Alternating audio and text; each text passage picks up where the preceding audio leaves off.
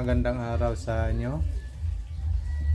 Bali ngayon, mayroon tayong i-repair na isang electric fan, mini electric fan. Bali ang sabi ng may-ari, bigla na lang daw tumigil yung pag-ikot. Kaya naisipan niyang ipapa-repair. Marami to guys, may ano pa rito, may isang galing Korea daw to. Tingnan niyo, tingnan. Pang Korea yung nakasulat.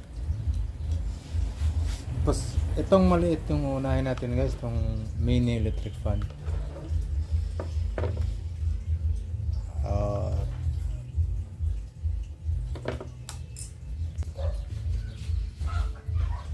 Bale, buksan na natin guys para makita natin kung saan yung diferensya.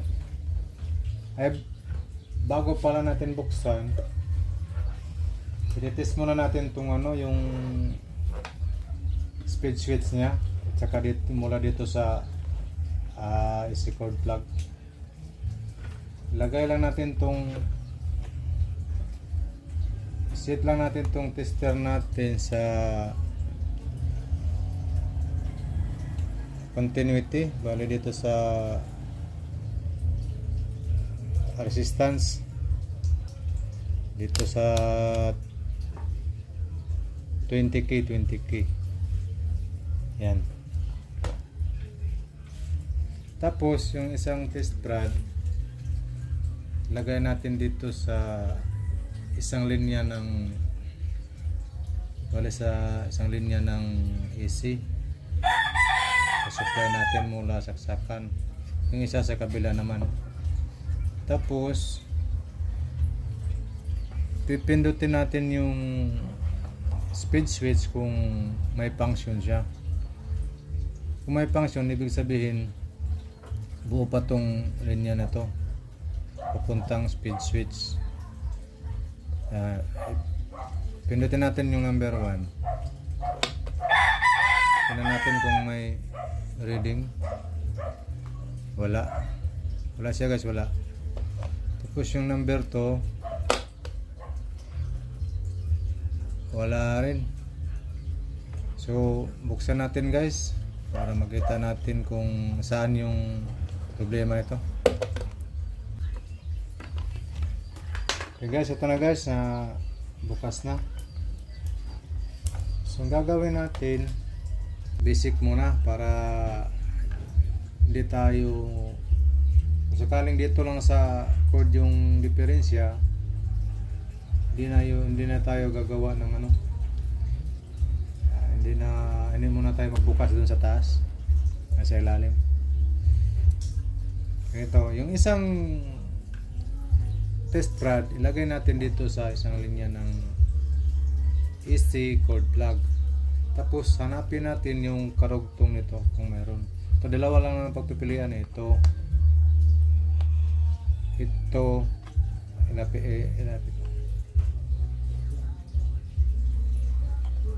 Ito at saka itong linya ng itong AC supply natin. Sundutin natin dito kung may continuity. Tingnan niyo sa wala. Sa kabilang wala rin. Lipat natin dito guys sa kabila, lipat natin. Tapos hanapin naman natin dito kung mayroon siyang continuity. Wala guys, so tingnan nyo yung tester, wala. Sa kabila wala rin. So ibig sabihin guys, may putol tong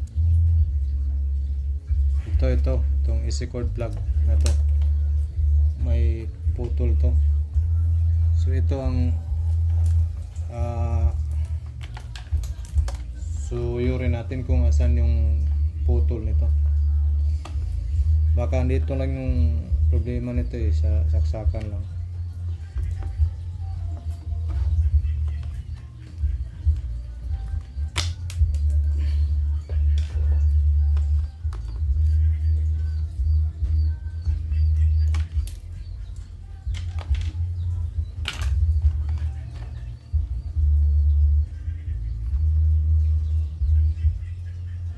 So ito guys, oh.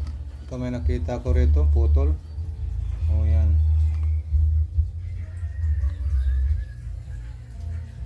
Ito, putol siya, putol.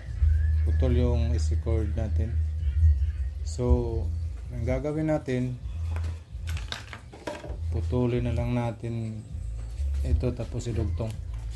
So, idugtong na natin guys, idugtong natin.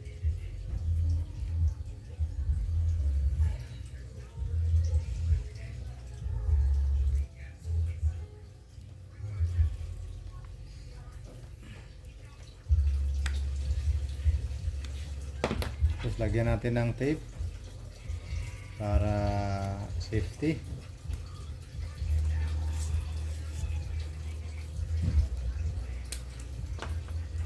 Guys, iti-tape na natin guys.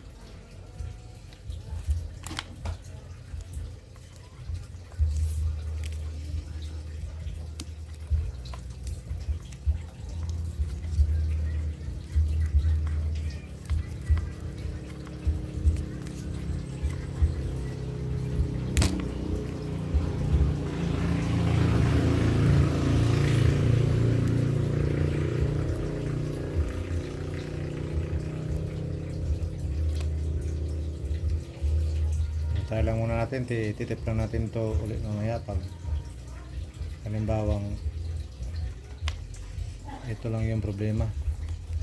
So tayo lang muna natin guys ha, kuha muna tayo ng saksakan, tayo natin i-plug.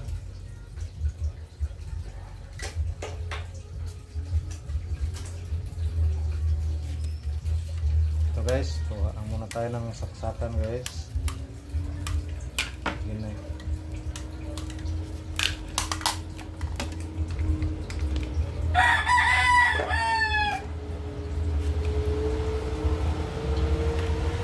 Guys, try na natin isaksak.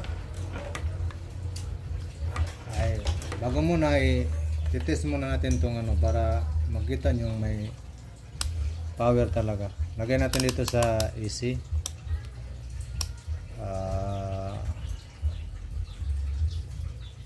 Dito tayo sa 750 volts para sigurado tayo.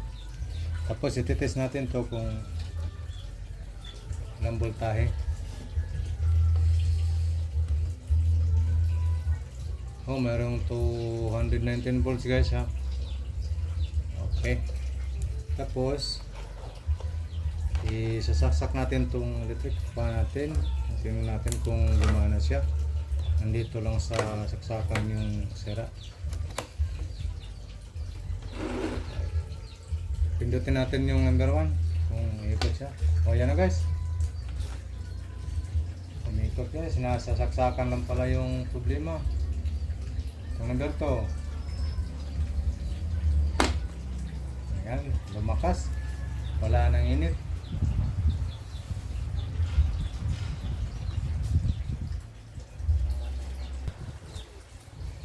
So ito guys, kung nagugustuhan nyo yung in-upload kong video, paki-subscribe na lang, paki-pindot na lang ng notification bell para updated kayo sa kung sakaling may iba pa akong gagawing video.